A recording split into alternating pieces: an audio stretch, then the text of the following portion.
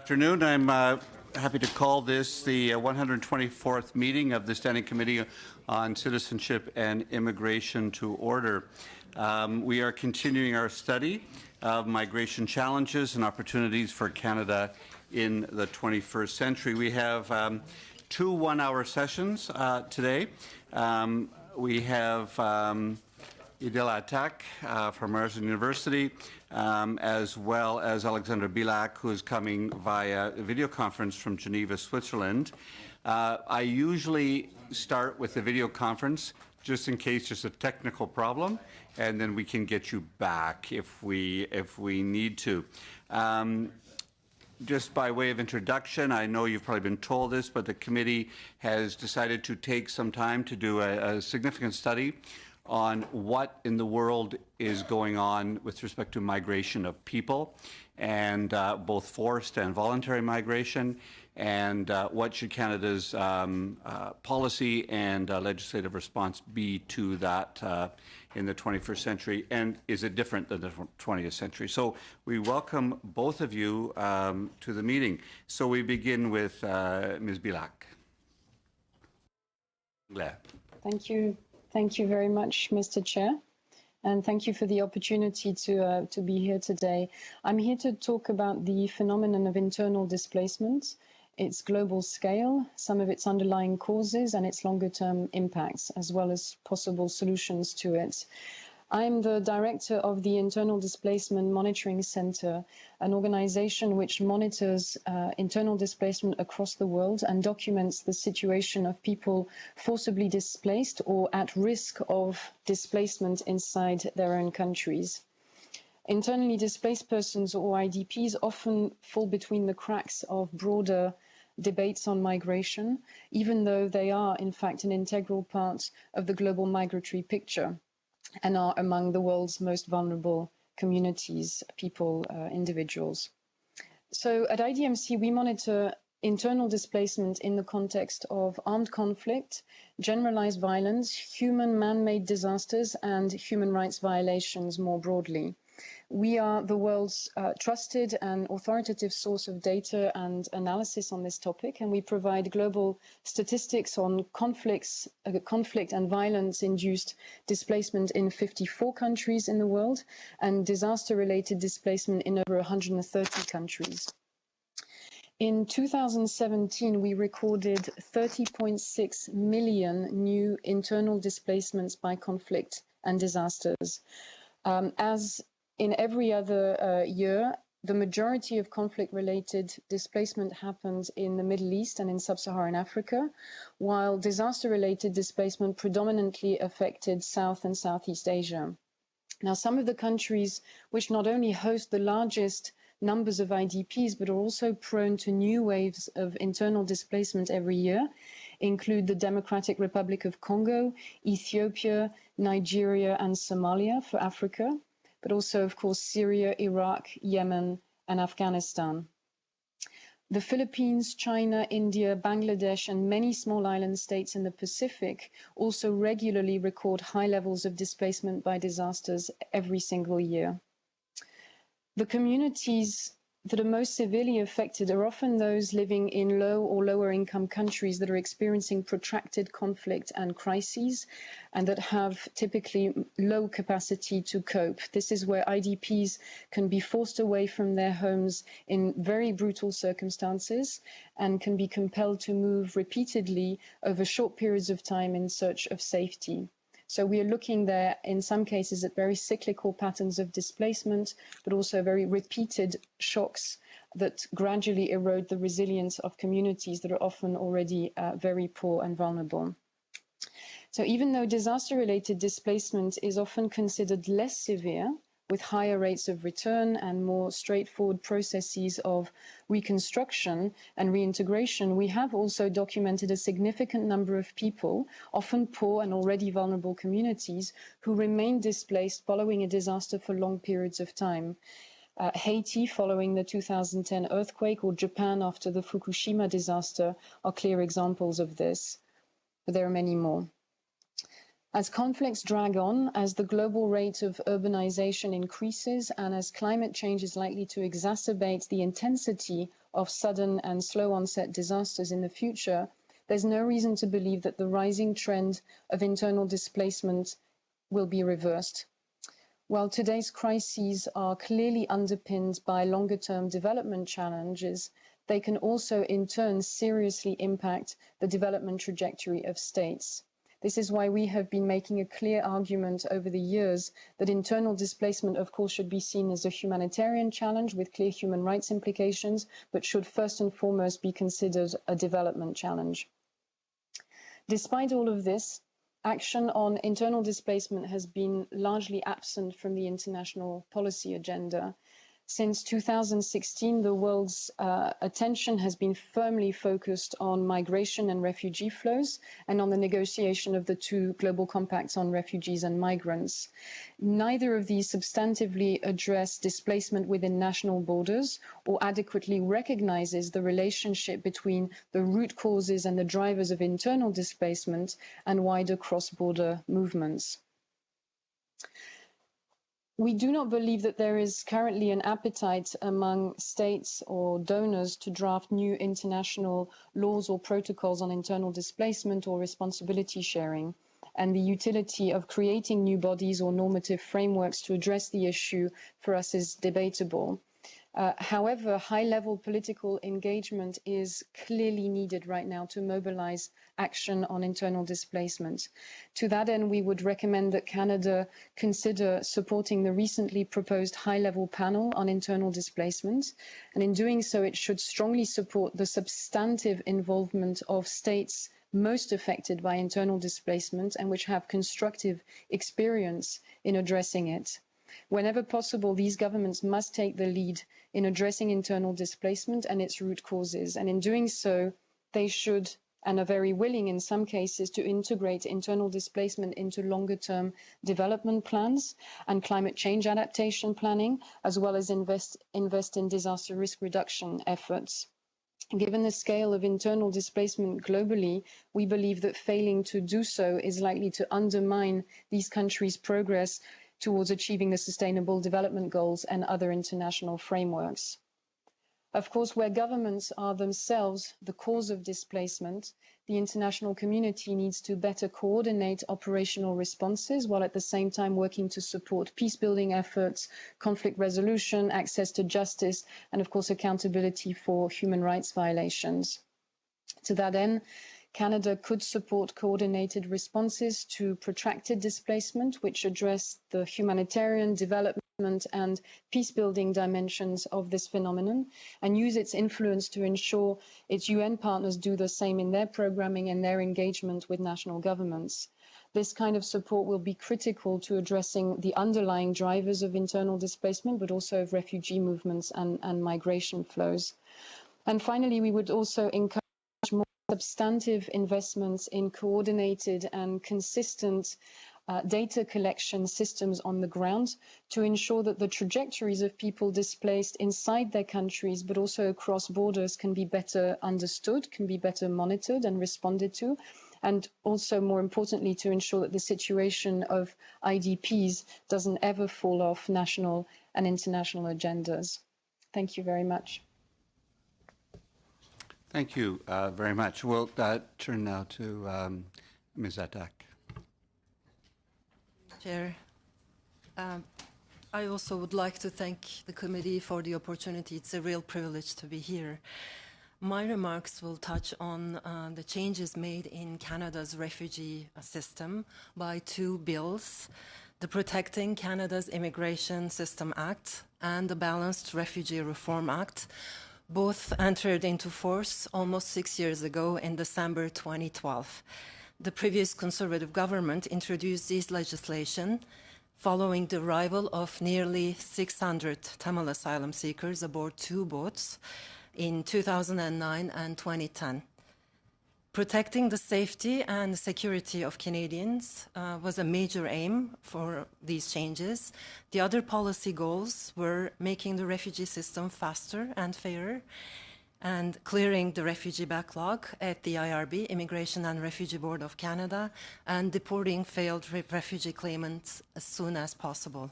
My remarks draw on the field research I conducted together with two of my colleagues over the past 4 years in 3 provinces, in Ontario, British Columbia, and Quebec.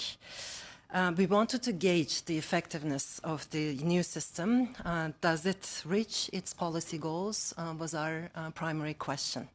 As a reminder, the measures introduced in 2012 include, first, accelerated timelines. For most claimants, hearings are held no later than 60 days after the refugee claim is referred to the IRB, Immigration and Refugee Board. Second, limited procedural rights and limited recourses. For example, most refugee claimants are barred to apply for a pre-removal risk assessment for 1 year following their final IRB decision. Third, new classes of refugee claimants were created based on their mode of arrival and on their country of origin. Those claimants face even more reduced timelines, reduced rights, and recourses within the new system. Claimants from the so-called designated countries of origin, and these are 42 countries currently, including Mexico, are struggling to reverse the presumption of safety of their country of origin. Designated foreign nationals is another class, a new class of refugee claimants, and refers to those who arrive in Canada irregularly with the help of a smuggler and in a group. Designated foreign nationals, including children aged 16 and 17, are subject to mandatory detention. They are denied basic remedies, such as the right to appeal, and they also face socioeconomic deterrence. According to our findings, these measures have failed to reach their primary goals.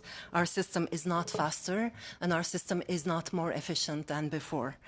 On the contrary, these changes have created a number of negative results. First of all, they violate the human rights of refugee claimants in Canada. Take the designated foreign national detention provisions. These provisions constitute a violation of our charter rights, but also of Canada's international obligations under the 1951 Convention and the United Nations Convention on the Rights of the Child, among other treaties. Second, our refugee law has become discriminatory and punitive. It doesn't provide some groups of claimants with adequate procedural protections and adequate recourses. There is therefore a heightened risk of legitimate applications being rejected and individuals sent back to persecution. Third, the changes prioritize efficiency and deterrence over fairness. Four, the Canadian refugee landscape is seen as a field of law in flux. The legal uncertainty affects all actors involved, including Immigration and Refugee Board members, legal counsels, and service providers. Lastly, we found a correlation with these new policies and undocumented migration, which is becoming increasingly visible, as shown by the sanctuary city movements. Some of these measures have been quashed by our courts. There is ongoing litigation, but this is a lengthy and costly process. Parliament should be proactive and, first, repeal the DFN, Designated Foreign Nationals Clause. Second, refugee claimants should be given enough time, ideally no less than 3 months, to prepare for the hearing at the Immigration and Refugee Board. Third, differentiated treatment of refugee claimants should be eliminated. Four, all procedural rights and recourses should be readily available to all claimants as a matter of the rule of law. Five, a better understanding of undocumented migration in Canada is needed, including how our policies sometimes create the legality of migrants. And a case-by-case regularization of undocumented migrants should be considered. These changes, I believe, would enable to establish the fairness and efficiency of the system while upholding respect for the human rights and fundamental freedoms of all human beings, which is in accordance with the Immigration and Refugee Protection Act objectives. Thank you. Thank you. You were both brief. So we have more time for questions. You may regret that. I also just want to mention, Ms. Bilak, thank you. I recognize that it is late in your time, so we we're very appreciative of your making yourself available. We begin with Mr. Ayoub. Merci, Monsieur le Président. Thank you, Mr. Chairman. It's very, very interesting opening remarks that you have made. I'll begin with Ms. Attack for the moment. I would like to have your written statement because there was a great deal of detail in what you said, and those details are important to us. Currently, in this study, up until now, we've heard comments, and we're wondering if we are in the midst of a crisis of with migration or immigration. So if you listen to some politicians, it's a complete crisis, and if you listen to the people on the front lines, the people who are seeing from a more global perspective, they don't see it as such. However, we met with an official recently who is responsible for the whole immigration side of it in Canada, and the processing delays are now 2 to 2.5 years. We're dealing with 30,000 files per year. There are some 60,000 in the backlog. So how, in your opinion, should we deal with this?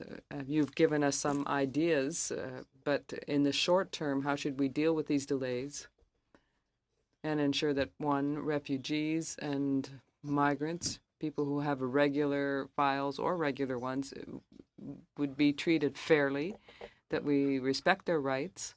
Because in Canada, we have the impression that we're doing things properly, but we want to be able to welcome the right people, but reject those who don't deserve to come here. Thank you very much for the question. I think that you've raised some very important issues. As to whether or not we are in a crisis, yes and no. Despite the acceleration in the processing of these applications, we can see that after the election in the United States of President Trump, we saw an intensification of the irregular crossings at the border. So I think we can qualify that situation as unprecedented. And there again, I can see the effect, the counterproductive effect of the third safe country agreement, because people who are applying for asylum, people who want to come to Canada, cannot do so regularly because of that agreement. That's what prevents them from doing so. And therefore, they are obliged to cross the border irregularly, and that makes, of course, more crossings at the border. So we can qualify that situation indeed as a crisis. So how do we get out of that situation? I think we have to really review that accord and ideally do away with it. That would be my recommendation. The question was inaudible for the interpreter. Canada has the obligation of allowing someone asking for refugee protection to file their application. And we have a system. The Immigration and Refugee Board has a process, and I've seen that recently that the IRB's budget was increased, and I think that's a positive step. We're giving them more means to deal with all of the stakeholders in Canada and all of the people who are working on the situation of dealing with this crisis to find a solution. So they have more means within the IRB, and also legal aid should have more. If I may interrupt you, because I don't have a great deal of time, this interests me a great deal. The whole concept of third safe country, if we're to change that, what would be the steps and how would we change that? And we, I think, have to replace it by something else. I don't believe we can withdraw that without putting in something that would improve the situation. So how much time would we have to do that? And in the meantime, what should we do? Should we increase budgets? Is that the only solution in your opinion? Well, this agreement has been in place since 2004. And it's only since the election of Donald Trump that we've seen this significant increase in irregular crossings at the border. Before that time, this phenomenon indeed did exist, but it shows how counterproductive it is, this third safe country agreement. There is a crisis because we are facing a regime south of the border that has a very clear anti-refugee ideology, and it shows how these kinds of changes can increase the flow of people seeking refugee protection. I would recommend that the agreement be abolished outright because we have in place a system at the IRB and through legal aid and so on that would put us in a position to deal with all this. So I might ask Ms. Bilac, I have about a minute and a half left. Are you aware of this third safe country agreement that Canada has with the United States? It doesn't exist elsewhere in the world, this kind of agreement between countries? If you're not aware of it, Ms. Bilac? Ms. Attack, do you know if there are any other countries that have them? Yes, there are such agreements within the European Union. All of the states of the European Union have been declared safe countries, and so that's the basic principle of the third safe country agreement that we have between Canada and the U.S. It's not working at all in Europe. The Dublin system is what they have, and it's counterproductive, it's costly, and it doesn't work. And any ideas to improve it or change it? Well, they're having a big discussion on this, but it's difficult to compare Canada with the European Union. I think that we have a much more humanitarian system, and geographically speaking, we're more protected than the European Union would be. I thank you very much. Mr. Maguire. There we go. Thank you, Mr. Chair, and thanks to both of our witnesses today for your presentations to us. Ms. Bilac, if I just like to ask you a couple of questions here to start with, and that is, you both had great experience in IDPs and looking at in situations with internally displaced people. You've given us numbers, and of course, the disasters aren't going to stop. They do continue, as you said in your testimony today as well. So I guess when we look at it's not only these disasters from natural causes, but there's also genocides going on, and I just wonder if you could provide me with some opinions in a couple of areas as to what should be Canada's response to the Rohingya genocide that's taking place. To Ms. Thank you very much.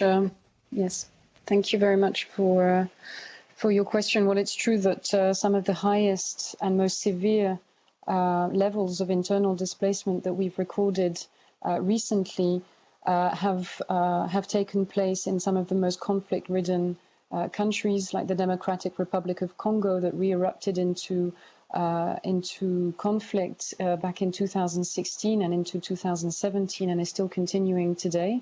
But also, since the beginning of this year, we've looked at a huge spike in conflict and also of internal displacement in Ethiopia.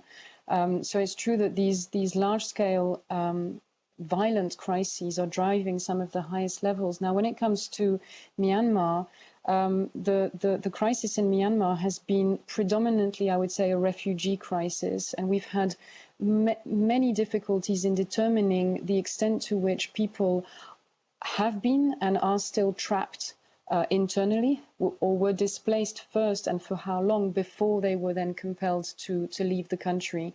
But most of the reports that we've received coming from Myanmar establish relatively clearly that the movement was very soon on a cross-border movement and became very quickly a refugee crisis. There are, however, pockets of insecurity across Myanmar that, of course, remain, where a number of IDPs have been living, in some cases in very protracted situations for decades. But the majority of the crisis there has been a large part of the crisis there has been mostly a refugee crisis. It's been a very different situation if you compare it, for example, to Syria, which for the first few years of the civil war in Syria, it was clearly an internal displacement crisis, which then tipped into a cross-border and a refugee movement only in 2015. So you really had both in Syria, and it's still very much the case today. You have a huge caseload of Syrian refugees, but you have an equally, if not larger, IDP caseload in Syria. So Yes. I would qualify Myanmar as a very different case. Yeah, I would just like to ask you then as well, with your experience, do you think that we should be reconsidering our settlement criteria to include IDPs where possible?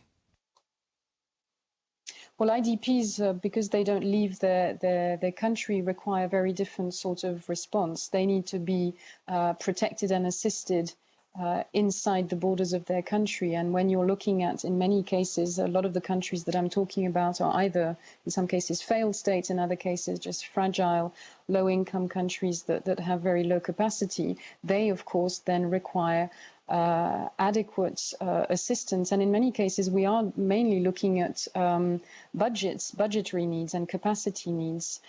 We have countries like Ethiopia, Nigeria, Somalia, where there is political willingness to address the issue of IDPs and to respond adequately to this phenomenon, but there's simply insufficient financial and human resources to do so.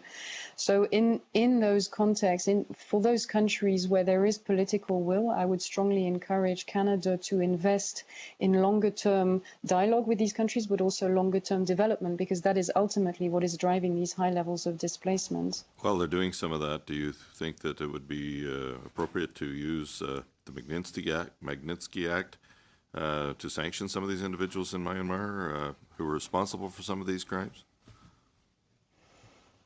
I'm not familiar with that, and I wouldn't really wish to comment too much on the political situation in Myanmar and what is required in terms of, diplomatic efforts or sanctions to be leveled against the. Our government agreed to there. resettle some of the. Pardon me, it's just because of time here as well. The government agreed to resettle some of the small amount of Yazidi genocide victims, some of the survivors, to Canada. Just wondering if you could provide some details on the current situation with the IDPs in Iraq and what those patterns of displacement look like, and is there more that we should be doing, I guess, to help those that have been internally displaced in Iraq due to ISIS? No, absolutely. I think countries like Iraq and Syria have experienced, as I said, large IDP crises where you're looking at IDPs who have been repeatedly displaced over long periods of time and whose resilience has been extremely eroded over the years, but where there is now talk and already a reality on the ground of IDPs returning back to their areas of origin under an overall framing of an improvement of the situation on the ground. Now, what Iraq needs right now is significant investment in reconstruction and in actually making those return areas as safe as possible so as to avoid people who are returning becoming internally displaced again.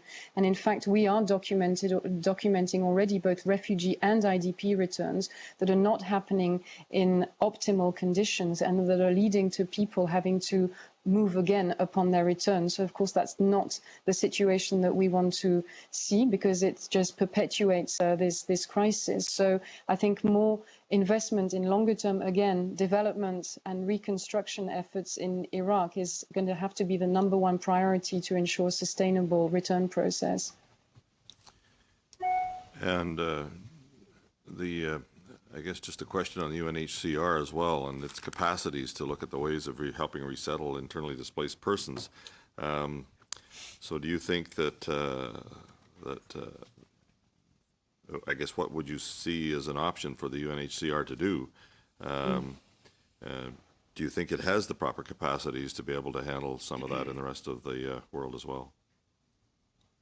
Well, of course, IDPs unfortunately don't fall under UNHCR's mandate formally, although of course they have been responding in a number of IDP contexts across the world and over the years. They are right now in a process of developing their IDP policy, which seeks to clarify what UNHCR's engagement in IDP context is going to be, both in terms of operational coordination, but also data collection and protection more broadly. So we are encouraging them to bring as much clarity as possible so that their response in the future can be as predictable and as comprehensive as possible. But we do have some concerns that along with what looks like an ambitious IDP policy, the budget for responding in IDP context is decreasing, and is still, of course, significantly lower than their budgets for responding to refugee flows. So there clearly is, the problem with internal displacement is that there is a clear gap in terms of international leadership and governance on this issue, because no single UN agency is formally responsible for the IDP and the internal displacement agenda. And that counts for UNHCR just as it does for IOM, OCHA, UNDP, etc. Thank you. Ms. Kwan. Thank you very much, Mr. Chair, and I thank both of our witnesses for their presentation. Ms. Attack, earlier, the conversation with one of my colleagues about asylum seekers, and particularly the Safe Third Country Agreement, I think I heard you say that Canada should suspend the Safe Third Country Agreement. Did I hear you correctly? That's correct. Yes. That is correct. And there was a question about the mechanism in which to trigger that. My understanding, of course, with the agreement is that Section 10 of the agreement allows for Canada to give notice to the United States and to suspend the agreement for 90 days immediately. And so that would be one provision in which we can exercise to begin this process. Would you agree that that would be the right approach? I would believe so, yes. It's a bilateral agreement, so there is a clause, as you mentioned it, that allow Canada to suspend or either rescind. Mm-hmm. Correct. At the moment, actually, at a different committee, Minister Blair, who's responsible for border securities, I guess, talked about this issue, and in a response to committee members there, he indicated that Canada has not ruled out applying the Safe Third Country Agreement to the entire border of Canada, as my Conservative colleagues have advocated for. Do you think that Canada should do that, or should we take that off the table in terms of the negotiations with the United States? Thank you so much for this question. I think that should be taken off the table. I don't think that is the right decision in this case. We've seen over the past years how unproductive this Safe Third Country Agreement is, and it's extremely costly and difficult to enforce. It creates more irregular or undocumented migration in Canada. It also victimizes individuals. We've seen in the newspapers how people trying to cross the border during the winter, there was one dead and other individuals were injured. So it also victimizes individuals. And more importantly, I would say, because we are a state party to the 1951 Convention on the status of refugees, we do have some obligations, and one of these obligations is to let them come.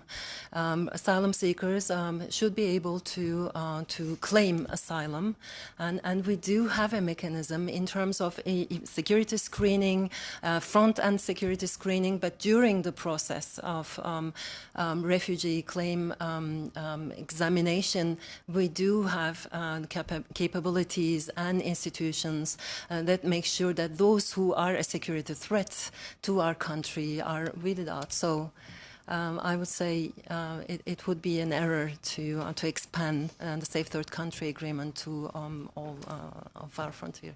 Thank you very much. I appreciate that clarification and explanation. I'm going to turn to, I think, the point that you made around the designated country of origin and the and I think you were calling for that to be eliminated. Can you expand on that for me, please? Yes, so this is again a new measure. It's we haven't implemented designated country of origin clause or safe country origin notion in our refugee system, whereas this notion has been implemented in European countries since 1980s, and it's proven extremely unproductive and costly again in Europe.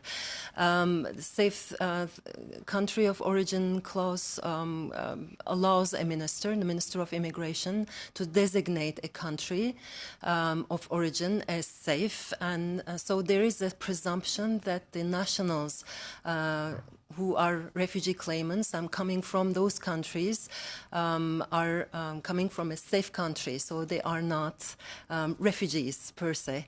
So there is this presumption, and it's extremely difficult for these claimants to reverse the presumption before the Immigration and Refugee Board. Thank you for that. I'm going to turn to internally displaced for a minute. One of the issues that we see of course, is for those who are internally displaced, and particularly maybe even in a country that might be deemed to be safe, they have actually no ability or opportunity to seek a pathway for resettlement, such as those from the LGBTQ community. There are many, many countries, I believe 69 or 70 countries that designate people from the LGBTQ community to be illegal, right, to be engaging in a criminal activity. So to that end, Canada used to have a process to allow for a pathway for resettlement for these individuals, but now that is now gone. And I wonder if I could get a comment from Ms. Balick on this issue. What do you think Canada should do with respect to internally displaced in creating a pathway for individuals such as those from the LGBTQ community? Thank you very much. Thank you for this question.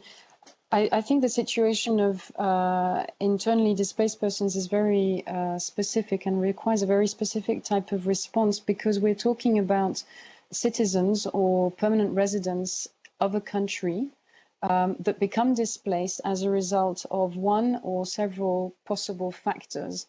Armed violence, armed conflict, generalized violence constitutes some of the possible causes of displacement. A person who's displaced by another type of violent event that doesn't qualify as a generalized violence situation or an armed conflict does not qualify as an IDP.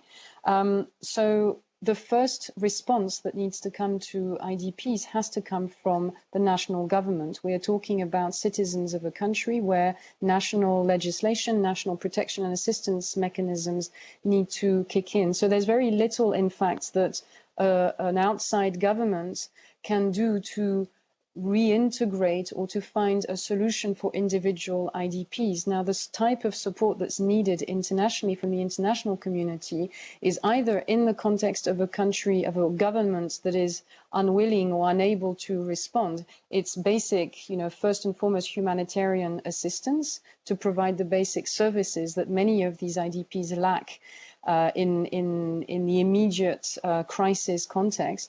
But over the longer term, it's the kind of longer term development assistance that will not only bring about the conditions, be it through education, through new jobs, through shelter options, through legal recourses in certain cases, compensation, etc., that will gradually enable an IDP, a displaced person, to find what we call a durable solution and to no longer be displaced. But that's a much longer term process that has to be led at the national level, and that of course requires international financial support.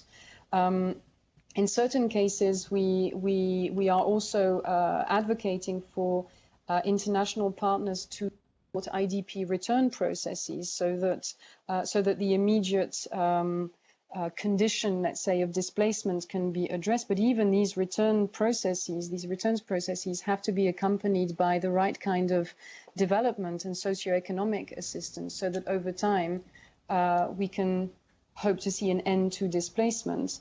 But I hope that answers your question, that individual we don't really talk, yes, resettlement or reintegration doesn't, has to be managed at the national level by a national government, by a functioning national government. Thank you very much. Ms. Zahid. Thank you, Chair, and I would like to thank both the witnesses for their presentations today as we go through our intense study. My first question is for Ms. Etek. You have spoken about how negative public policy can drive a culture of suspicion among the asylum seekers and the refugees. And you told the National Post in April about a global trend of criminalizing the asylum seekers and especially the undocumented migrants. So this risks eroding public support for helping those in need. So how can we build faith and confidence in refugee and asylum seekers and counter this bad information? Thank you for this question. I think it's a very important question. I would say we're fortunate because we have a well-functioning, with some glitches, but we have a well-functioning refugee system, and I refer to the Immigration and Refugee Board. So there is a wealth of knowledge and expertise within the Immigration and Refugee Board of Canada in terms of processing the refugee claims made here. And other actors involved in the system, in the refugee protection system, also contribute to this. So what should be done is, I think, this critical evaluation of what's working and what's not working. And I believe I highlighted some of the problems within the system that makes the system counterproductive and less efficient and also unfair, and then amending legislation and also rescinding some of the legislative measures would be the right way to go. Okay, thank you.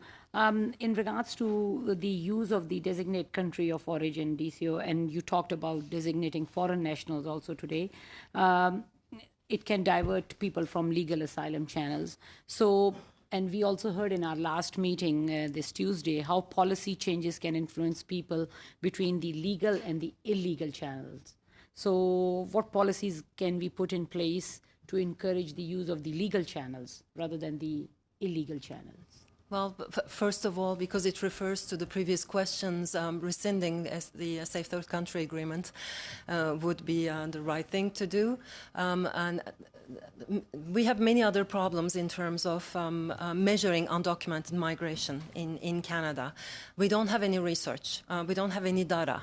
If we compare our knowledge of the phenomenon with the European Union or other global north countries, for example, we don't have any research. We have nothing about the undocumented migration. All we know is, especially since the elections in the US, this rise of sanctuary city movements, and they point to the existence of an undocumented migrant population in Canada. And in our research project, we also found a correlation between some of the measures and the most repressive ones, such as the designated foreign nationals, reduction of available recourses, and undocumented migration, because these measures deter individuals from using and the legal channels. So they go underground, they gain time, especially with accelerated timelines. So undocumented migration becomes a strategy, but we know so little about undocumented migration. So you think that giving them more time to file their claims would help that? I absolutely do think so, yes. Yes. Thank you. My next question is for Ms. Billag. I saw on your webpage you have shown some global picture of internal displacement, and natural disaster looks to be widespread trend driving migration. So how important is climate change as a driver for displacement, and is there an awareness of it, and what can we do to address that?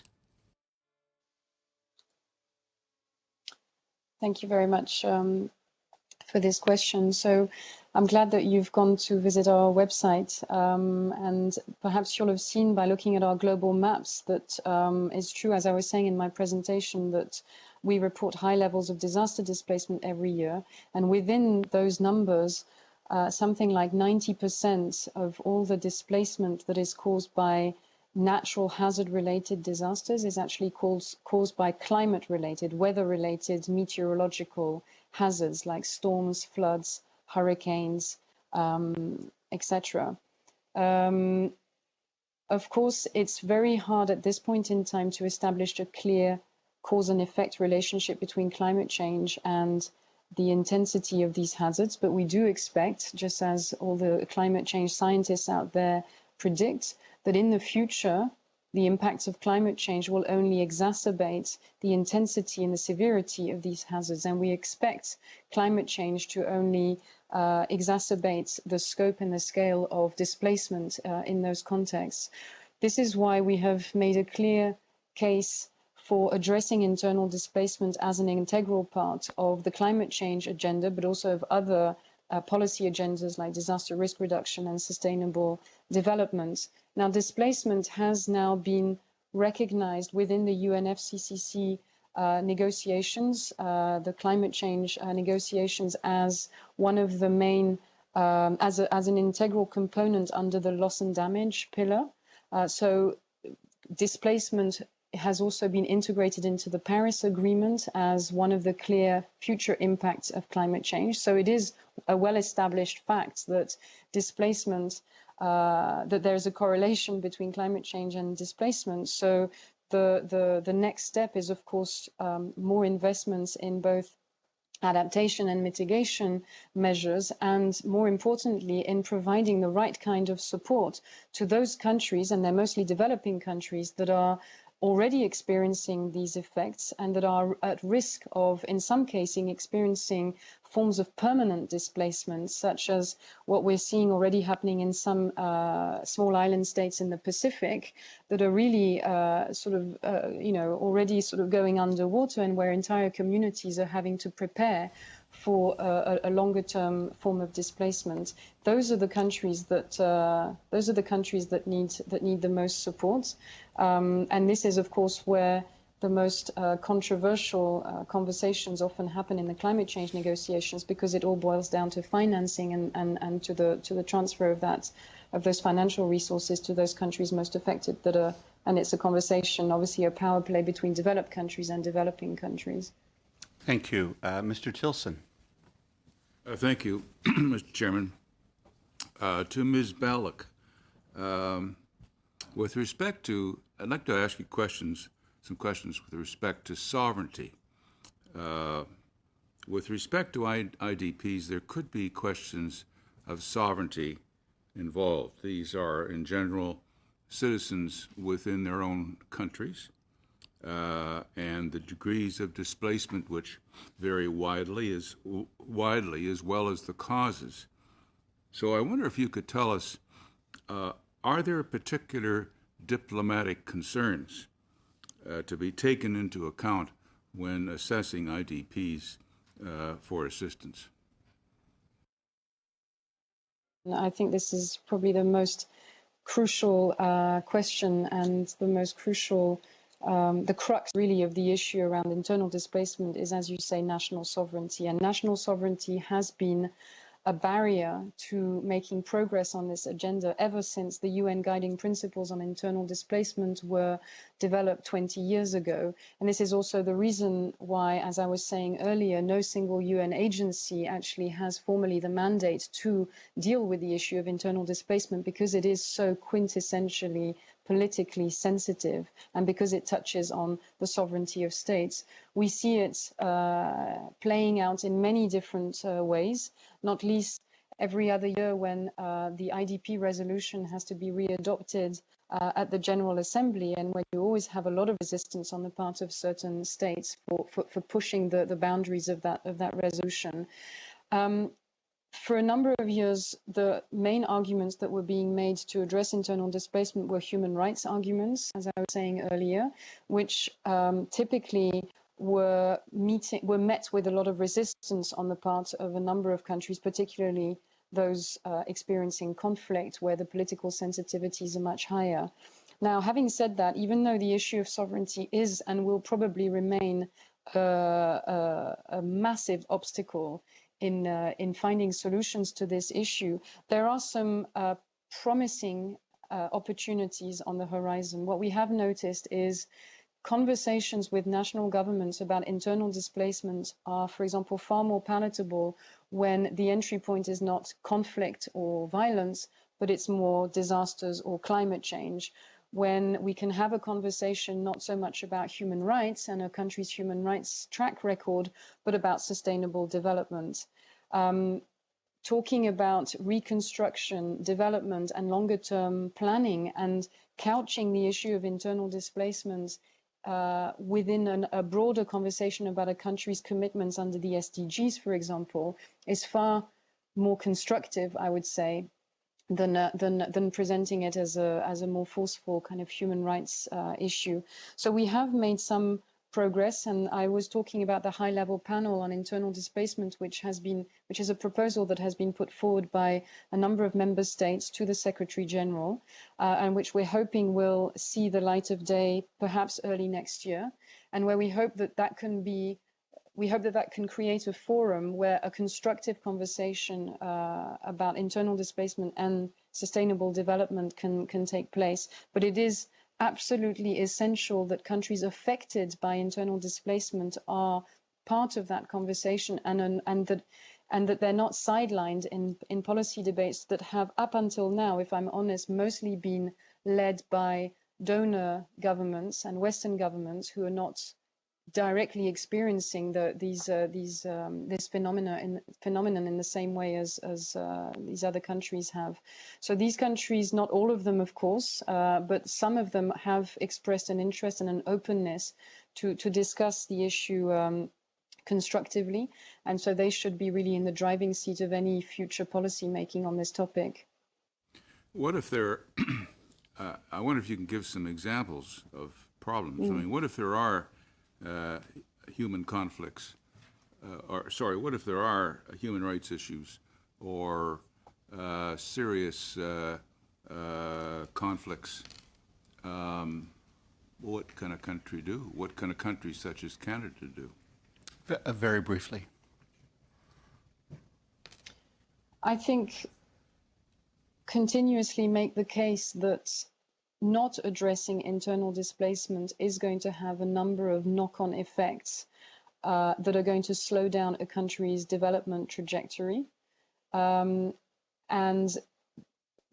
trying to convince these national governments that it is actually in their own self-interest to both prevent and reduce internal displacement risk.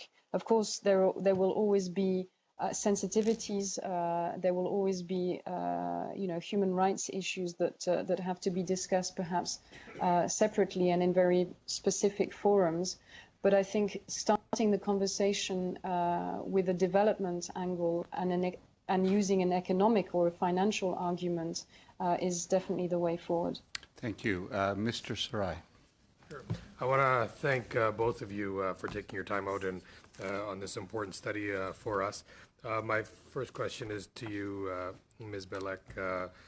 You've done obviously a lot of work on IDPs, and I wanted to know if we get UN intervention in terms of helping the IDPs when they're in a state, but in camps, as the Yazidis or others have been, but they are not considered refugees until they've actually been moved over. Are there any ways to change this that you think that might be easier to accommodate that so that they are considered refugees even if they are within the state? Or if we can create a new category that the UN will assist? Like I was saying, I don't think there's any kind of political appetite for expanding the definition of IDPs or developing some kind of international framework for IDPs because, as we were saying earlier, it is quintessentially a domestic issue. So that will never change. We need to recognize that these people are displaced inside their countries and therefore fall within the jurisdiction of their state. There's no other alternative legal framework within which this can be addressed. Sorry. Okay. Thank you. Ms. Atak, I just wanted to first let you know that designated country of origin, I think anyone else listening, has been struck down and as of July 2015 and hasn't been in effect. I think the Court of Appeal has, so it's kind of like a ghost law. It'll be probably taken off the books or amended to change it, but currently it's not considered, I believe, constitutional. I wanted to say, Ms. Sadak, you've studied refugees across Canada over 3 different provinces.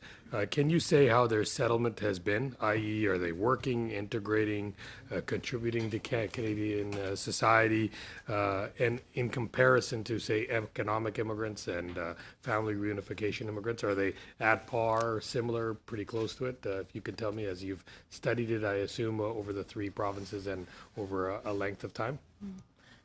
Thank you for the question. Both refugee claimants and refugees, they do work and contribute to our society. This is a well-documented fact, and especially refugees.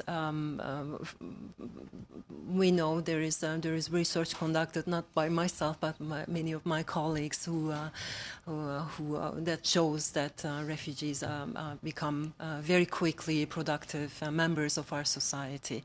So in terms of integration, there is this will, but also depending on the availability and the resources held by service providers in different provinces, their integration is more or less successful. More or less at par with other sources of immigration, I would say, right?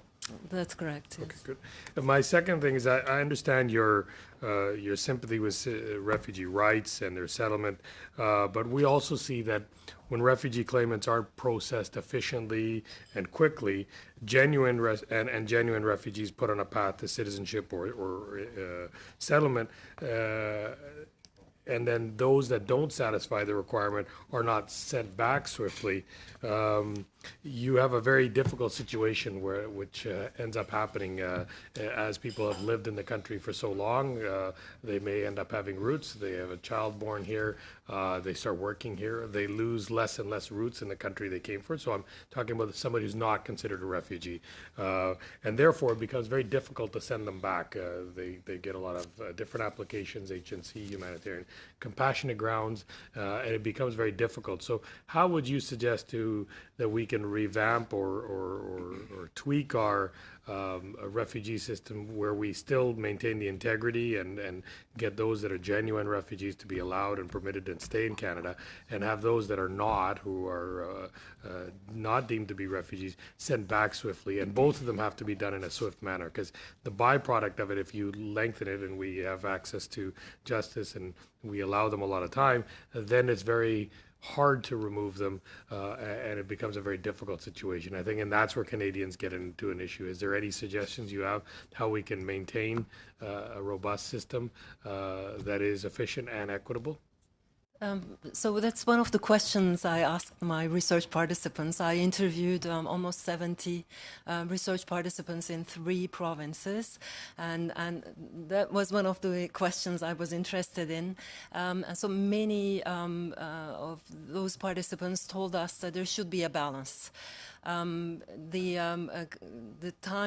timelines before the adoption of the refugee reform in 2012 was almost 18 months for a refugee claim to have a final decision. That was obviously too long. But now it is too fast. 60 days for most claimants, but for some claimants, because the system is punitive, is sometimes 30 days only. So there should be a balance, and some of the participants said 3 months would be ideal. It would allow a claimant to get a legal counsel, an interpreter, legal aid, and also to gather evidence they need to make a claim and to make their case before the Immigration and Refugee Board. Thank you. I'm afraid I need to end us at the first hour there. I just want to mention, again, thank you to our witnesses. You might think it's odd that we have the 2 of you on the same panel. That's simply the way scheduling on the study works. So thank you for sort of understanding that we're dealing with quite different topics, but all of this will work out over a number of weeks as we get that. I do know that Ms. Bilak has submitted a couple of documents for our committee. Thank you for that. If either of you have documents that you think would be useful for the committee, be sure to send them to us. Anything that you think would add some information that would be helpful. So thank you. We'll just suspend for a moment.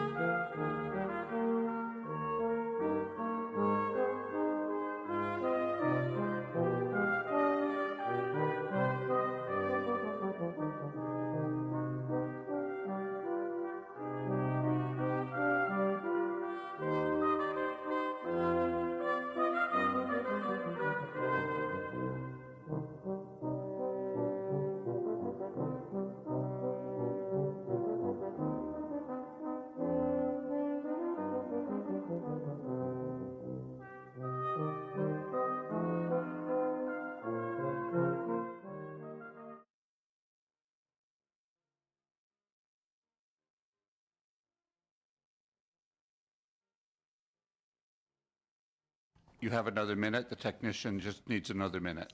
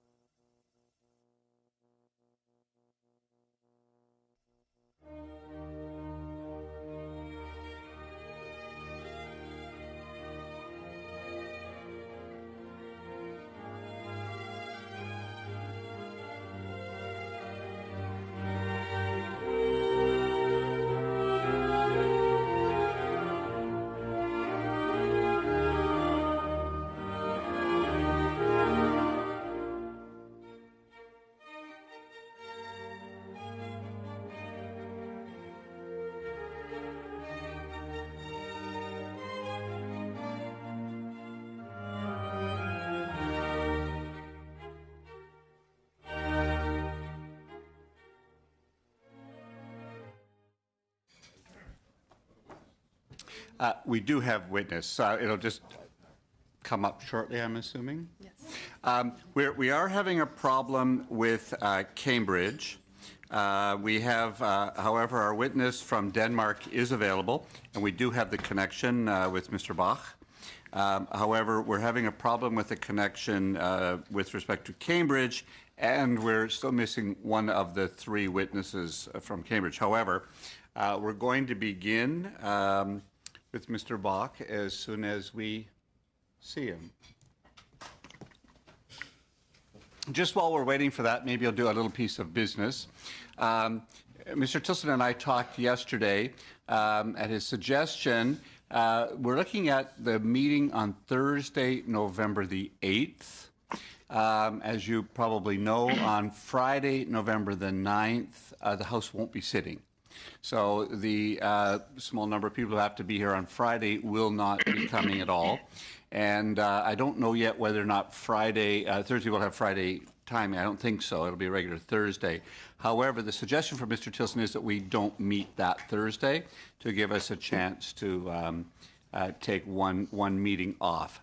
I think it's a good idea, but I just wanted to check to make sure whether there was agreement generally in the room with his suggestion. And seeing no argument or hearing any argument, I'm going to just take that as given. It looks like we have all our witnesses here now. Very good. So I think we're going to begin with Mr. Bach because it is quite late in Denmark, in Copenhagen. We thank you for joining us, and we give you about 10 minutes to make an opening statement. And then we will hear from the Aleph Policy Initiative and then from the Nadia's Initiative. So we'll have 3 10-minute sections. Mr. Bach, welcome. Thank you very much, and it's an honor to be able to address the committee. Thank you for this opportunity. I might not even use my 10 minutes, but will say a few remarks on mixed migration and durable solutions. And let me first say that I was on the board of the International Institute for Sustainable Development for 6 years and visited Canada, Ottawa, Winnipeg many times, and used the opportunity to once in a while also study the Canadian resettlement, refugee, volunteer integration activities, and I must say that I pay a lot of respect to the quality of those programs and the commitment of the Canadian government and people in welcoming refugees. And I think we can learn more from you than you can learn from us. I am the Secretary General of the Danish Refugee Council. It is one of the kind of 5 large organizations in the world working on displacement and humanitarian assistance to people who have been displaced. We have 7,500 staff in 40 countries, all displacement situations. We are there with a budget of around 600 million Canadian dollars. And we work all around the displacement cycle, from internally displaced to near area to programs in Greece to supporting asylum to a volunteer program in Denmark to integration activities from language to family support and diaspora program supporting the diaspora to work and create projects back home and to return repatriation. So we are, in that sense, a unique organization working all around the displacement cycle. Now, let me say that the current migration refugee crisis, I believe, is primarily now a protection crisis. It's a protection crisis, and it's a crisis in our core values of human dignity and human rights. And that is very much how it is playing out in Europe and in the routes connecting people towards Europe. We see this with a lot of clarity in the DRC because we have created something called the Mixed Migration Center, which runs a 4MI program where we conduct and have conducted around 22,000 interviews with migrants and refugees on all major routes going to Europe. We have not yet established a similar program in the Americas, but it is definitely on the horizon. We do these around 20,000 in-depth interviews a month on all major routes as said towards Europe, and they are in-depth interviews asking refugees and migrants where they come from, why they have left, where they want to go, and what they have experienced on the route. And it is a very concerning picture that this big data is now showing us. Around 80% of those walking on the routes, they face protection concerns and violations. 30% experience people dying on the routes where they move. If you go to the website and you can draw the data, and if you go to the website and, for instance, select Eritrea, sexual abuse and women, you will see how the border between Sudan and Eritrea is now turning red and yellow, signaling that women trying to escape out of Eritrea are now captured on that border, where the European Union have worked with the Sudanese government in order to strengthen the border control. This is where the women are caught and they are facing sexual abuse and violations. If you go to the website, you can see how the conditions are also in Libya, in the detention centers. And we have, through this data set, being able to show how there are many more women and girls that are captured in the detention centers in Libya facing severe violations there.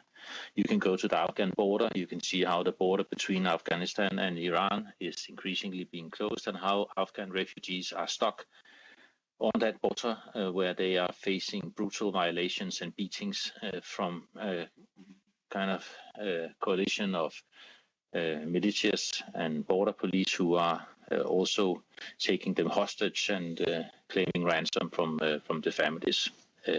This is a very disturbing picture, and our main message is that when countries are increasingly trying to protect their borders, we must do a lot more to protect the people that are stuck on the routes and stuck on these borders at the same time. So it is very much a protection crisis we are facing, and more than it's a migration refugee crisis. The numbers who are crossing the Mediterranean has dropped by 95-96% since it peaked in 2015. Asylum numbers in a country like Denmark are now at a historic low.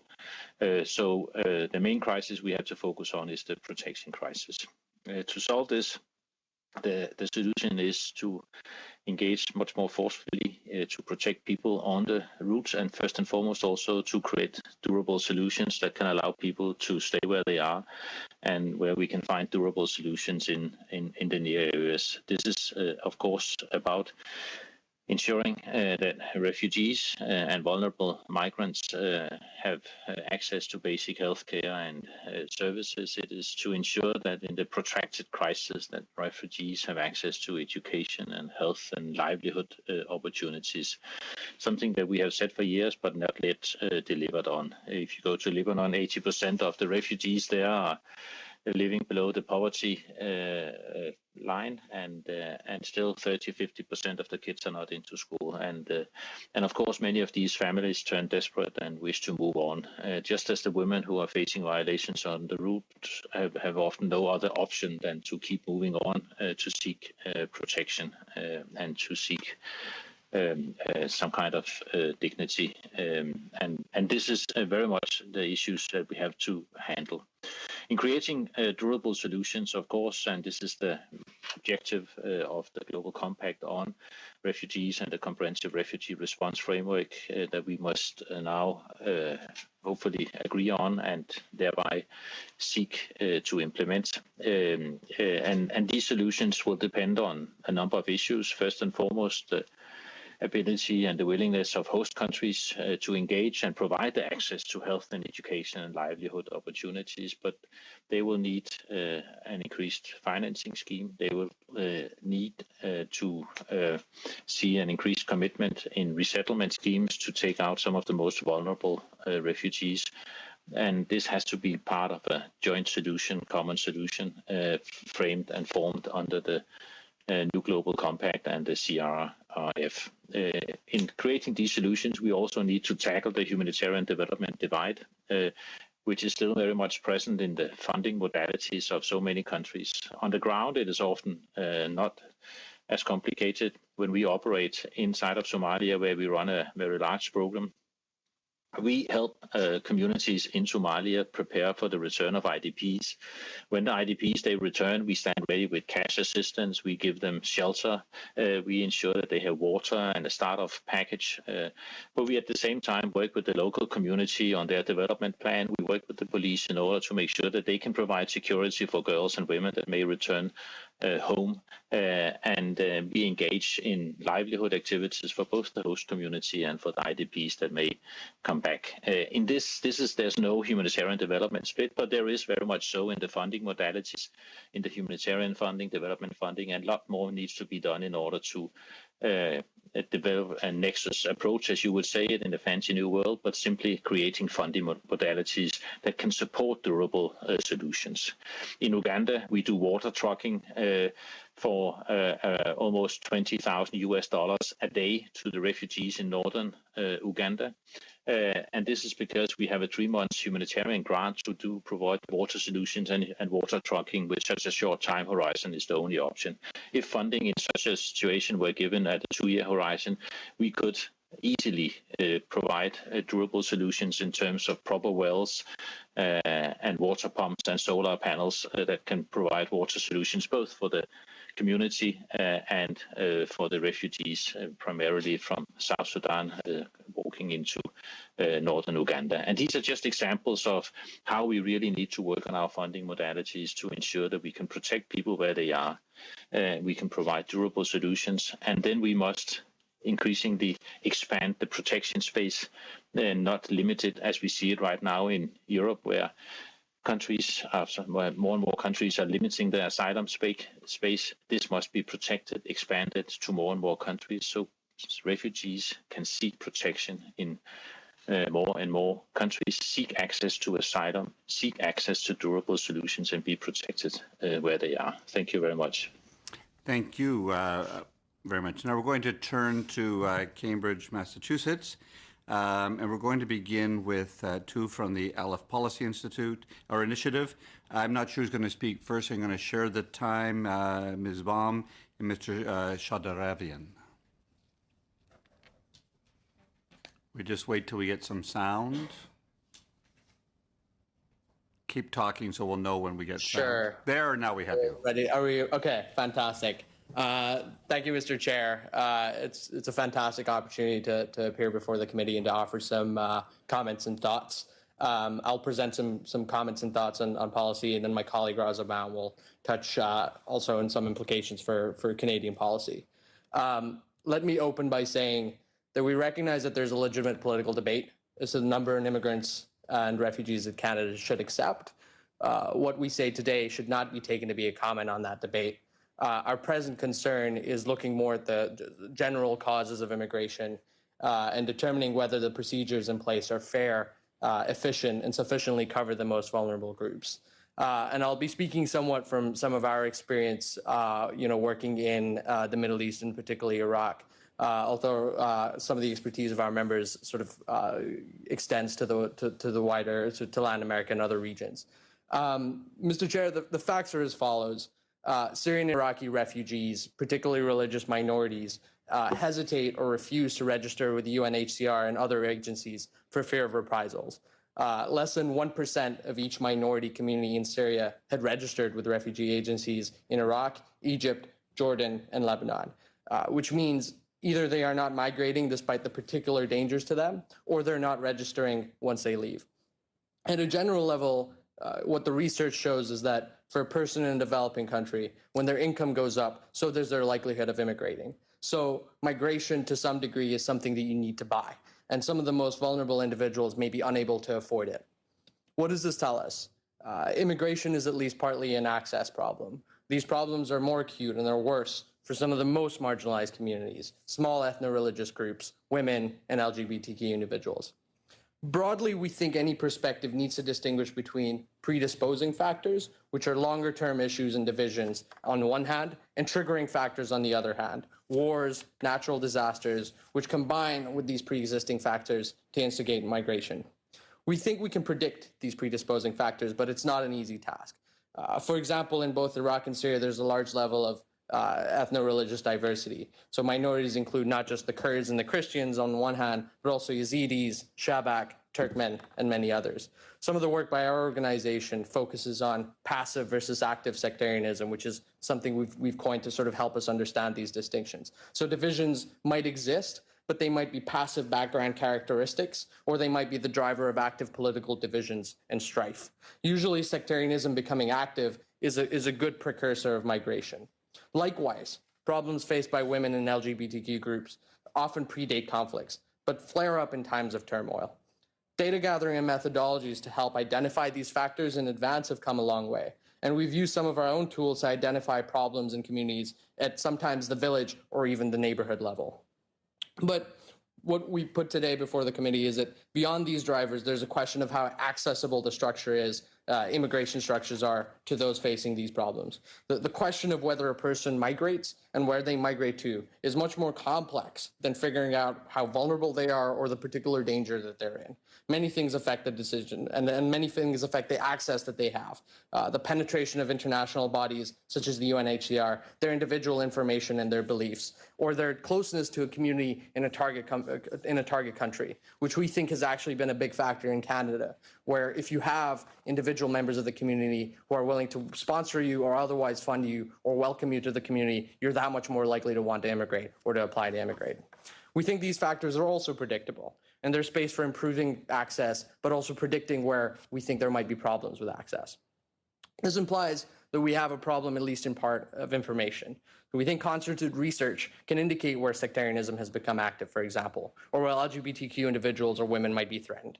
Concerted research, we believe, in 2012 or 2013 could probably have revealed the Yazidis were a group in danger because the ISIS threat to them was an offshoot of pre-existing tensions and problems. But these groups also often lack the access and organization to make the most of their migration services. So they are the least likely to pop up on the radar on their own accord until it is too late. And it is therefore for these groups that additional research and proactive looking for information will most ensure visibility, attention, and a sufficiently expeditious immigration process. For Canada, what does this mean? It means, we think, that Canada should ensure that the IRCC has fully developed data analysis and prediction capabilities. We think that they might benefit from working with other branches of government, such as the Stabilization and Reconstruction Task Force within Global Affairs, and they may be able to help identify immigration needs in vulnerable populations well in advance if they do this. We also think that the IRCC should follow stricter data recording requirements. So this analysis, we think, should be transparent while also safeguarding the privacy of the individuals involved. But if ultimately, we think that there's an impending crisis or there are potential biases in the way cases are treated within the IRCC. We think that the government and parliament should be the first to learn of it. My colleague Rosa will now provide some additional comments. Thank you, Vartan, and good afternoon. Thank you, Mr. Chair. As an additional focus, the Safe Third Country Agreement merits consideration. The systems protecting the rights of migrants in the United States have been deteriorating, and this stretches back to the start before the current administration, a longevity that is important to note. In fiscal year 2014, 77%, or 44,228 individuals, were detained while seeking asylum, and 73% of those were held in privately run prisons. Many of these facilities have been criticized for their human rights violations, including inadequate medical attention and sexual abuse. Article 31.1 of the Refugee Convention prohibits this widespread detention of asylum seekers and penalization based on irregular entry or presence. Similarly, Ninth Circuit Court of Appeals Judge Pregerson wrote, quote, "The deportation process can begin and end with Custom Border Protection officers untrained in the law. There's no hearing, no neutral decision maker, no evidentiary findings, and no opportunity for administrative or judicial review. This lack of procedural safeguards in expedited removal proceedings creates a substantial risk that non-citizens subjected to expedited removal will suffer an erroneous removal." Recent action, end quote. Recent actions by President Trump and his Attorney General have exacerbated these practices of large-scale detention, expedited removal without concern to due process, and prosecution of unauthorized entry, which is a recognized means for seeking asylum under Article 31 of the Refugee Convention. Executive orders have further criminalized migrant behavior, and sweeping statements have tried to rule out the possibility of protection for large groups of those forced to leave their countries of origin. For example, Attorney General Sessions disregarded international refugee law and consensus among many states, Canada included, in his interpretation of persecution committed by non-state actors. These recognized protections have been critical for vulnerable groups, especially women, who classically suffer human rights abuses at the hands of non-state actors. Tightening border security has not proved to decrease irregular border crossings. Instead, it tends to interrupt circular migration and increase criminalization. Immigration in the 21st century presents unprecedented challenges. Successful policy will require concerted efforts by governments in dealing with these crises and gathering information, but also the courage by policymakers to chart their own course when the moment demands it. Thank you. Thank you very much. Mr. Shamdeen. Yes, my name is Avid Shamdeen. I'm part of Nadia Murad's initiative. I was born and raised in Sinjar, the Yazidi homeland. I would like to thank the committee for giving me a chance to clarify some points about the Yazidi situation. But first, I want to just point out a few things before I get into the Yazidi situation. I just want to mention that as part of the coalition that toppled the Saddam regime, Canada was part of that, and some Canadian nationals were also part of ISIS group that committed crimes against Yazidis and others. Since 2014, we all know that Yazidis and minority groups, specifically Yazidis, have been the target of Al-Qaeda, ISIS, and other terrorist groups. Al-Qaeda killed thousands of Yazidis in the 2007 attack on Yazidi villages south of Sinjar Mountain. And since then, attacks have been continuing against Yazidis. The recent and most cruel one was, as we all know, was by ISIS in 2014. The current situation of the Yazidis in Iraq. Yazidis remain shattered in IDP camps, refugee camps, and some of them are in unfinished buildings in north of Iraq and Kurdistan specifically, and they have been in these tents in these IDP camps since 2014, some of them under the same tent.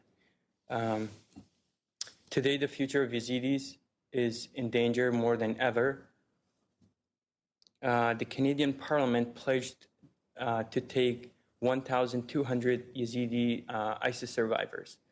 And I believe up until now, they have taken about 600 to 700 individuals.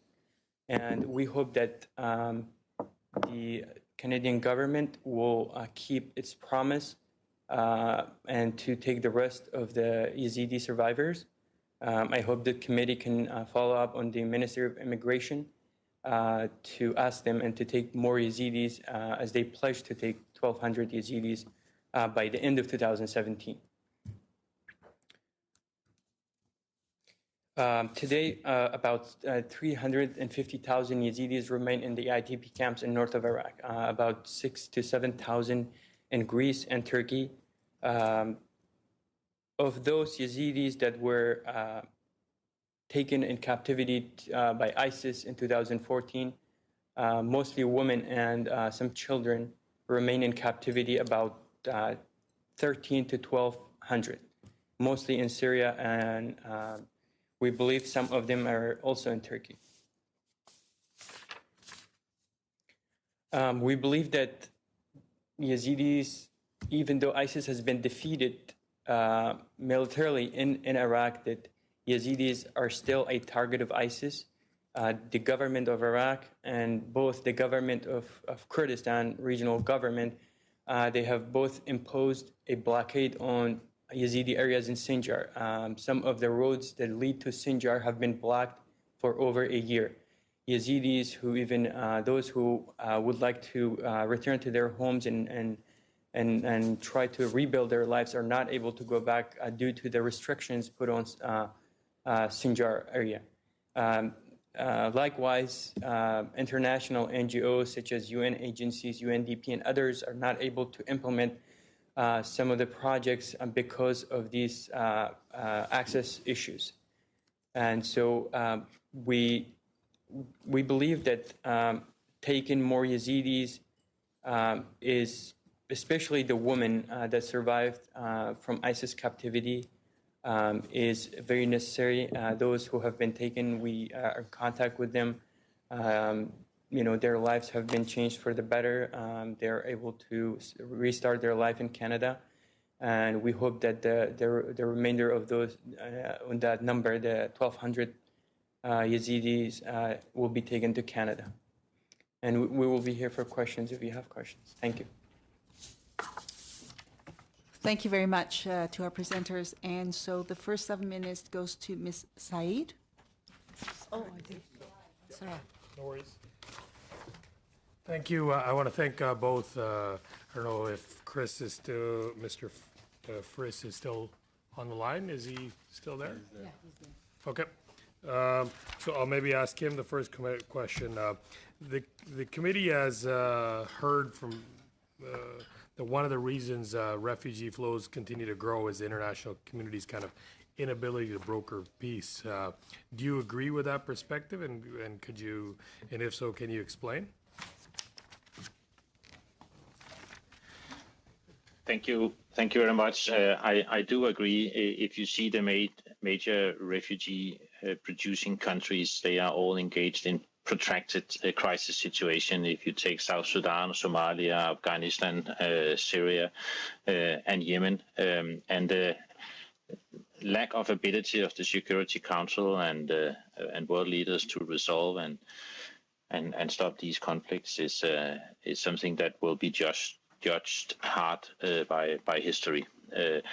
However, of course, often displacement is not done only for one reason, and this is also what the large data set, the 22,000 interviews we have done, shows you. We are working now with IBM and the supercomputer Watson to use this data set combined with around 30, 40 other data sources to develop a predictive capacity in order to see if we can, first and foremost, be better at preventing displacement, if we can do more to protect people that are displaced, but also if we can do more to predict from where people will leave and where they will go. And the first algorithms will be developed, as I said, using the IBM Watson computer now. But what the data set already shows us is that people, they move for a variety of reasons, be they migrants or refugees. They move because of conflict. They can move because of drought. They can move because of the loss of a family member, or they can move because of aspirations of a job. And often it is not one factor that drives displacement only. It's often a complexity of multiple factors that drive people on the move. And this also shows the complexities in these mixed migration or mixed movements, where you may have refugees and migrants walking side by side, and you may also have vulnerable migrants that on the route will shift status from being a migrant to becoming a refugee because of the violations they face and the inability often to thereby return home. So it is a complex picture, but definitely conflict is the main driver, and the inability of the international communities to solve these conflicts will be judged very hard by history.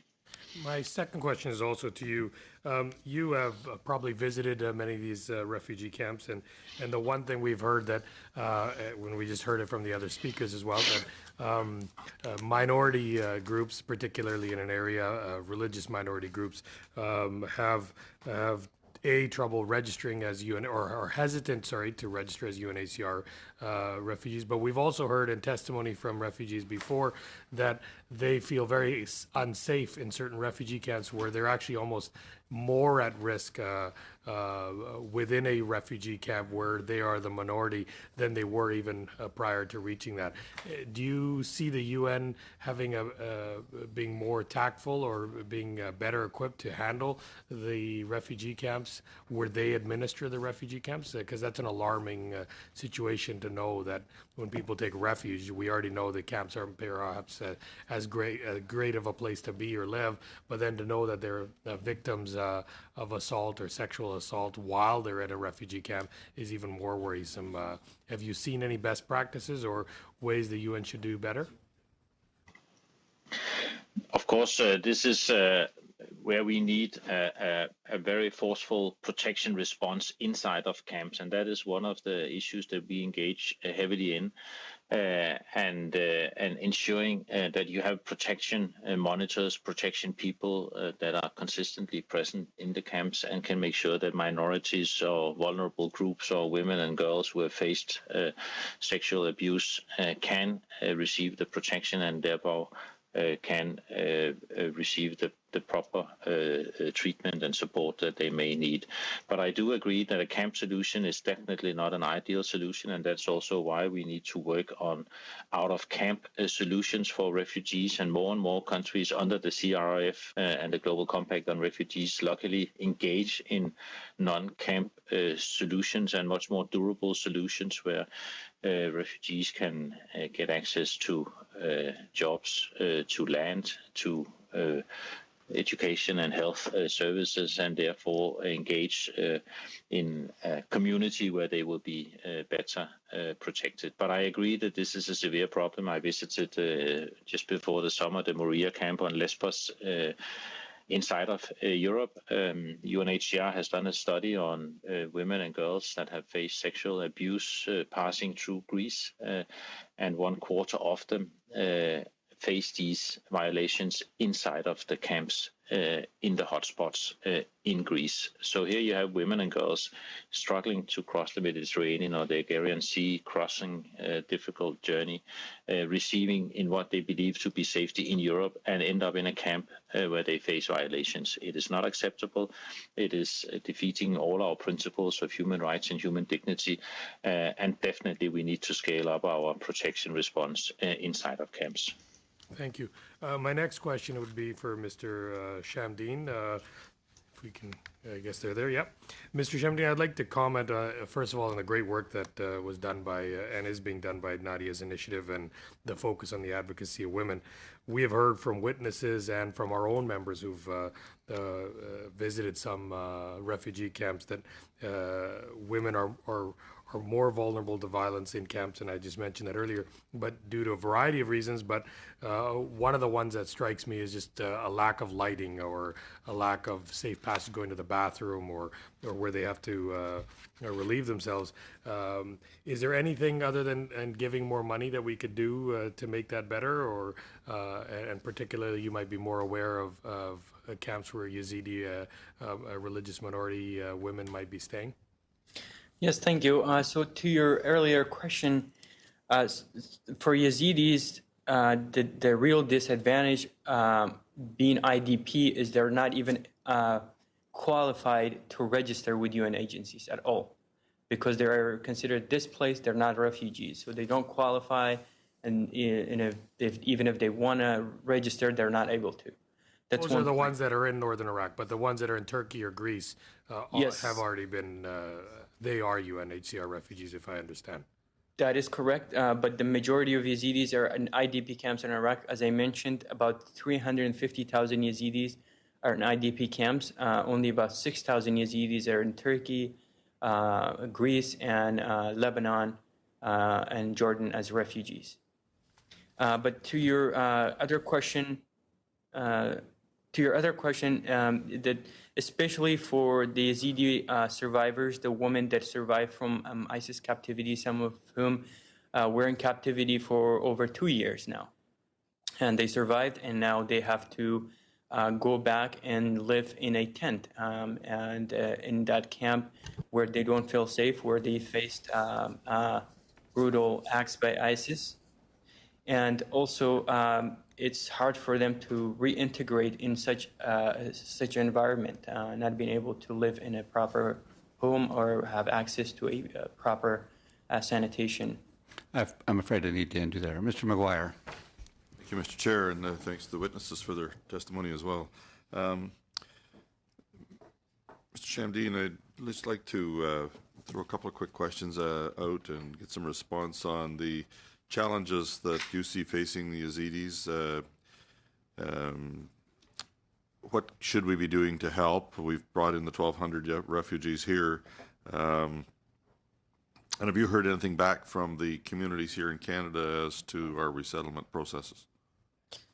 Well, I believe, as I mentioned, only about 700 at the most of the 1,200 were resettled in Canada. So the number that was promised was not done. That was not done. So I hope the main thing is that to help resettle the rest of the Yazidis that Canada promised to resettle, or at least the survivors.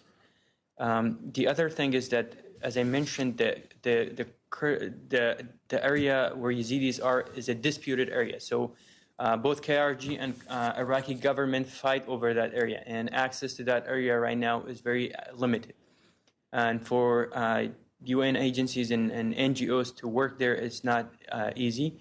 And I had sent my comments to the committee earlier about the possibility of Canada, for example, doing specific projects in Sinjar. So, for example, help and rebuild the hospital, the only hospital that was in the area, directly or through a contractor or through a specific NGO, rather than contributing to the UN fund and asking the UN because it doesn't get there. Okay, thanks. And that's helpful. Obviously, they're being prevented then from returning to their ancestral lands in northern Iraq. And do you think that there should be any kind of international monitoring of the ability for ethnic minorities to return to their homelands? I believe so, because as you can see, all eyes are on Mosul right now. For example, all NGOs are heading there. Yet Yazidis remain in these camps. They're not able to register with UN agencies to emigrate, and they're not able to return home because the conditions are not there, security is not there. About 70,000 Yazidis have returned to Sinjar, and I was just there recently. To get from Duhok, where the IDP camps are, it takes you about 6 to 7 hours. You have to go through 8 checkpoints. There are many militia groups that are controlling these areas, including the PMU, the PKK, the Kurdish militias. So there is no specific control of the Iraqi government over that area. And the reconstruction is not done. There are about 49 mass graves that were discovered that contain the remains of Yazidis. Those mass graves are not protected, they're not examined, and there is no, even the UN team that is supposedly going to Iraq and working on the mass graves and collecting the evidence to investigate ISIS crimes, which I met with the head of the team in New York last week, Mr. Karim Khan, who is fighting very hard to go and get the work done, but is not able to find the funding, the support from the UN or from the international community. Thank you. Obviously, then, we know that the IDPs aren't able to follow under the resettlement processes of the UNHCR. Do you think it's fair, considering the issues that the Yazidis and I believe, Mr. Vatan, you indicated as well that there are other groups besides the Yazidis there in many of those other areas as well. So is that fair, and should we be looking at other alternatives besides resettlement through the UNHCR? Well, in my opinion, that because the minorities have, especially Yazidis, as we all know, suffered the most under ISIS, and they continue to do so because there are, like I said, over 1,300 in captivity, mostly women and children. I believe when Canada is resettling a certain amount of refugees a year, and this is something that I've discussed with the U.S. government as well, that they should have a percentage, for example, for Yazidis, a certain percentage for minorities from Iraq.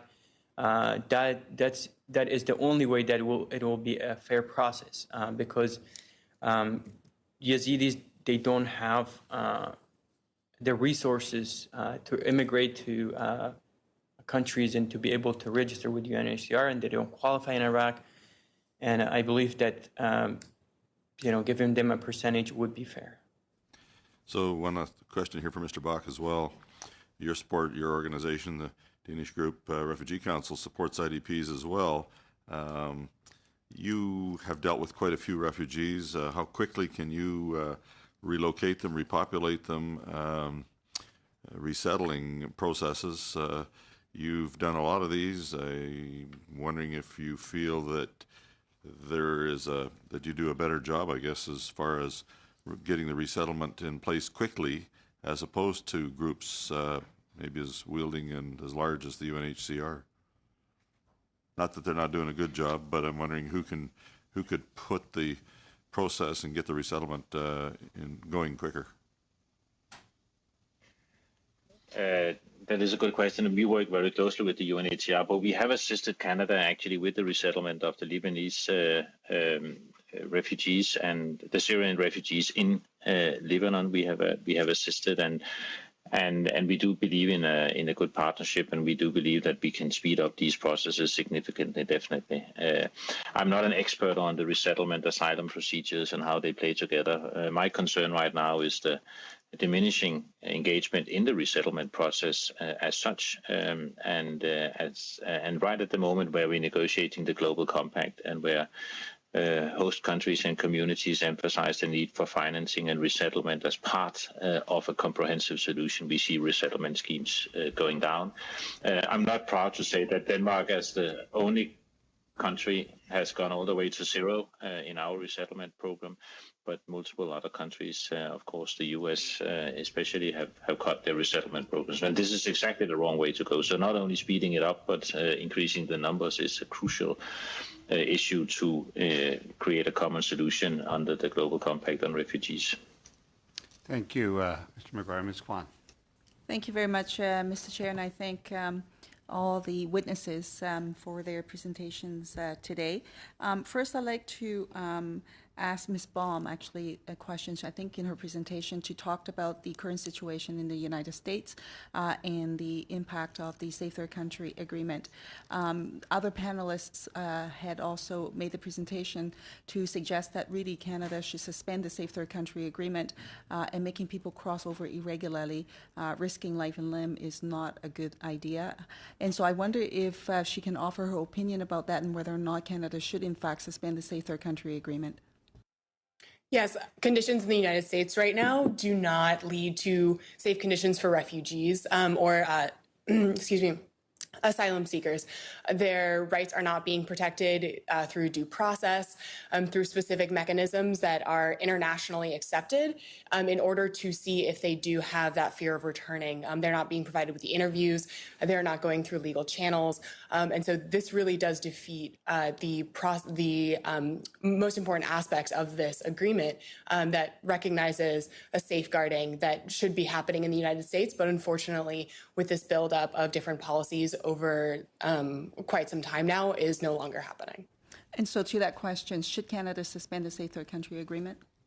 Yes. Thank you. Thanks very much.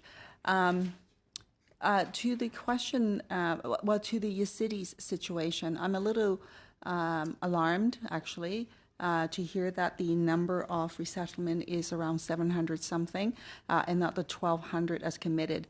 I know that the deadline has been missed, it was missed some time ago, so that number is not what I had anticipated. Now, that said, I guess the question then really is this. What can Canada do then, A, to ensure that we meet this target of 1,200? And then secondly, in fact, just last week, I was in Vancouver. A group called the Yazidis Women's Project. A group of people came together to support Yazidis women, in both on the resettlement side once they land into Canada, but also to call on the government to do more with respect to that. What we're faced with the Yazidi situation, of course, is a genocide, and so that's the backdrop of the situation. So I wonder if the folks on the panel could provide suggestions, concrete examples or suggestions of what Canada can do and should do. Should I? Okay. Well, I believe, as I mentioned, the numbers that we were provided, it was 700, I believe, and 24 Yazidis that were taken through that program of the 1,200. And so I believe the first step is to try and follow up with the Ministry of Immigration and make sure that they take the rest of the survivors. And the other... sorry, can I just interrupt you? When you say take the rest of the survivors, and so how many is that, are you suggesting? Well, like I said, out of 1,200, they took about 700. So I hope that the remainder, the remainder of that number, the 500, will be resettled. And I'm sure, I know some firsthand that were registered to be resettled in Canada, but they were not. And some were resettled as a part of a family, but the rest of the family was not ever resettled. And they were both survivors too. So So just on that notion, I wonder, is it possible for you to send to the committee a written submission with respect to that, and then in the detail of the situation that you have outlined, and so that the committee can sort of bring it in front of the government and the minister's attention and for them to follow up? Yes, of course, I'd be happy to do that. Thank you very much. One of the issues in Vancouver, actually, I just discovered that through this initiative, we have in Vancouver 9 Yazidis families in Vancouver, and about 37 people. Now, I should say that of those numbers, though, they're not all new arrivals. I believe there's only one family of new arrivals. So that is to say that we have existing Yazidis families who's been in the Lower Mainland for some time, and then they actually kicked right into action to support the family, the one family that's arrived into the Lower Mainland. And so some of the issues from our previous study was to say that we need to sort of help and ensure that there's a bit of a community for the Yazidi families that are here so that they're not so isolated. And so even at the 1,200, even though that target has not been met, was concerning to me. And the suggestion was that there's some 3,000 Yazidis that are still identified, survivors that are identified, that could benefit from resettlement. Is that the information that you have as well? I believe some of the families that are in Canada, some of whom arrived through sponsorships, and some arrived through UNHCR from Turkey and Greece, I believe. So not all of those are included in that program, the 1,200. That being said, yes, there are about 3,000 survivors in IDP camps and in Sinjar whom are seeking asylum outside of Iraq. We have been able to resettle some in Australia, about over 1,000. And that program to Australia is ongoing. But as far as I know, the program to Canada has been stopped completely. So no Yazidis are being resettled at this time at all. Yes, that's my understanding too, and you're right in that many of them have been resettled as a result of the privately sponsorship program. Yes. Although I think that the government counted those numbers of the privately sponsored into this 1,200, and they counted that 1,200 into the Syrian Refugee Initiative. So that is not an additional number. This is my understanding of how they did the calculation. So it's double counting on many fronts, if you will. I'm going to just park that for a minute. When you say that Australia is doing this as an ongoing program, can you elaborate on that, and what else are they doing? So with the Australian government, the first group that we did, I actually handed over the applications when I was in Iraq working there. Those were Yazidi refugees who came from Syria to camps in Kurdistan, north of Iraq, that were resettled to Australia. And then they started taking Yazidi survivors. They are specifically taking survivors, women, and their families now. And we continue to register them. They vet these groups, and they continue to take them to Australia. This is an ongoing program. This was done through, Nadia visited Australia. I met with the Prime Minister of Australia at the time, and Australia agreed to resettle some survivors from Iraq. Thank you. Thank you very much. We need to end there. Mr. Whalen for the last round. Thank you very much, Mr. Chair, and thank all of our Well, witnesses 5 minutes. for coming. Okay, well, just quickly, I would like to say that the government has a public response on this, and in the 2017 commitment, you know, there have been over 1,000 Yazidi women and girls amongst the 1,300, about 1,300 people that came under that program. 1,216 were GARs, 88 were privately sponsored, and it met the commitment within the timelines. And budget 2018 has additional monies to bring in, I believe it's something like 1,000 other women and girls who are international victims of sexual violence and who are also refugees. So I think that there's a commitment there. But one of the reasons we're here is to figure out how should Canada best marshal its resources to respond to migration challenges in the 21st century. And so maybe I'll turn to you, Mr. Fritz Bach, or Bach. I'm not Mr. Bach. Whatever. So, in terms of best practices, if Canada was going to spend $100 million on an initiative in a particular war zone or in a particular disaster or crisis area to assist the people both to return to their homes or come to Canada or resettle in a neighboring country, how should that large expenditure be broke down in terms of both providing hope to the victims but also addressing the problems? Do you guys have any sense of what types of percentages you would like to see in terms of levels of effort? Because your organization seems to run the full gamut of effort. Yes, I think it's very difficult to say how you split up 100 million. But I think it's very important to understand that these solutions are closely connected.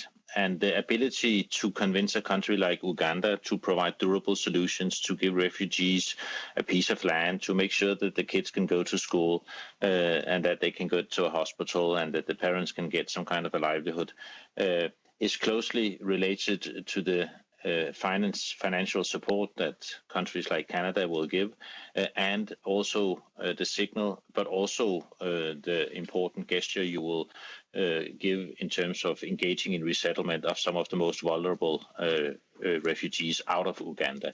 And those three solutions are heavily linked together. And that's what you hear again and again. Just yesterday, I sat in Geneva with the Kenyan ambassador. They host hundreds of thousands of refugees from Somalia and from South Sudan. And they emphasize again and again that resettlement and financing are key elements in a common package that will allow them to take greater responsibility and provide durable solutions to the Somali and South Sudanese refugees in Kenya. So you can say you can't split it up, and that's often seen in Europe right now. You say you should rather help in the area than allow people to gain asylum and resettlement inside of Europe, but you cannot split it as easily.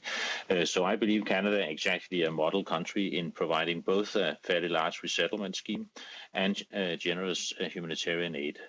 But in order to have better solutions, you need to work on the humanitarian development nexus, allow your support, the 100 million or how much of it you would use in Uganda, say, or Lebanon, allow more of it to come in and leverage durable solutions. I think that's critical. We way too often, as said, do water trucking in northern Uganda or food supply instead of livelihood and proper wells with solar cells that can provide water to both communities and to refugees. Well, this is very instructive. A question that I've asked a previous witness earlier on, I guess in a parallel to this study, and perhaps you can answer it, is how much should we be focusing not only on the the sustainable development goals of the migrant population that's on the move, but also the host countries? And is it better to be focusing on making sure that not only that the country is supported itself, so that it is better able to make its own self-styled decisions on how to address migrants within its territory? How closely does it has to be a quid pro quo dictated by us, and how much can we just make sure that they're well supported and they can make the right decision? Minute. We are a little bit concerned that if you make migration part of your strict allocation criterion for your development or humanitarian aid, and thereby link migration policies and humanitarian issues and as you said it rightly, supporting the Sustainable Development Goals linked to migration. And that is happening a lot of European development and humanitarian assistance is more closely linked to basically insisting on certain migration outcomes. And this can have short-term and negative repercussions. A good example is how development aid is now conditional on increased border control on some of the routes in Africa, closing borders implicitly in Western Africa, and breaking some of the trade and development opportunities that the actually free trade areas of ECOWAS had already developed. So here you have a situation where you may short-term migration decision undermine some of the benefits of free trade and free movements in a region like West Africa, and thereby having negative implications for both refugee migration outcomes in the longer run. Yes, we need to support host communities and countries in creating, of course, in reaching the Sustainable Development Goals as a long-term solution. Understanding, as it was said from the other panel also, that in the short term, growth and economic growth and opportunities will most likely lead to increased migration. And only when you narrow down the difference between a recipient and a sending country to around 1 to 6 migration flows will even off, and migrants will stay at home. But be very careful to link development outcomes and migration decisions too closely, because the short-term nature of those decisions will then undermine long-term development efforts. Thank you. And to all our witnesses, thank you. And I just remind you that if there is anything that you come across or have written or your organizations have written that you'd like to submit to the committee, we are receiving briefs over the next several weeks. And anything that you think could be helpful for us as we investigate the very large question of Canada's response to a changing set of circumstances vis-a-vis migration. So again, thank you from Cambridge and from Copenhagen, and I wish you a good evening. And the meeting's adjourned.